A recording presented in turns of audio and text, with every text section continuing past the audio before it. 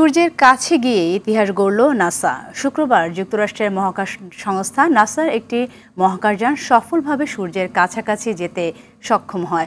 মহাকাশযানটির নাম Parker solar probe. এর আগে আর কোনো মহাকাশযান সূর্যের এত কাছে যেতে পারেনি। সংস্থাটি বলছে, প্রোবটির একটি আলোক সংকেত যুক্তরাষ্ট্রের মেরিল্যান্ড অঙ্গরাজ্যের লরেল শহরে অবস্থিত জনস হপকিন্স অ্যাপ্লাইড ফিজিক্স ল্যাবরেটরিতে এসে পৌঁছেছে। আর এখান থেকে প্রোবটি পরিচালনা করা হচ্ছে। গেল মঙ্গলবার পার্কার সোলার প্রোবটি ঘন্টায় প্রায় 4,30,000 মাইল গতিতে সূর্যের দিকে ছুটতে শুরু করে।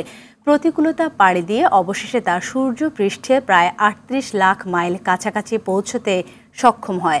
আশা করা হচ্ছে আগামী 1 জানুয়ারি মহাকাশযানটি নিজের সবশেষ অবস্থা সম্পর্কে বিস্তারিত তথ্য পাঠাবে।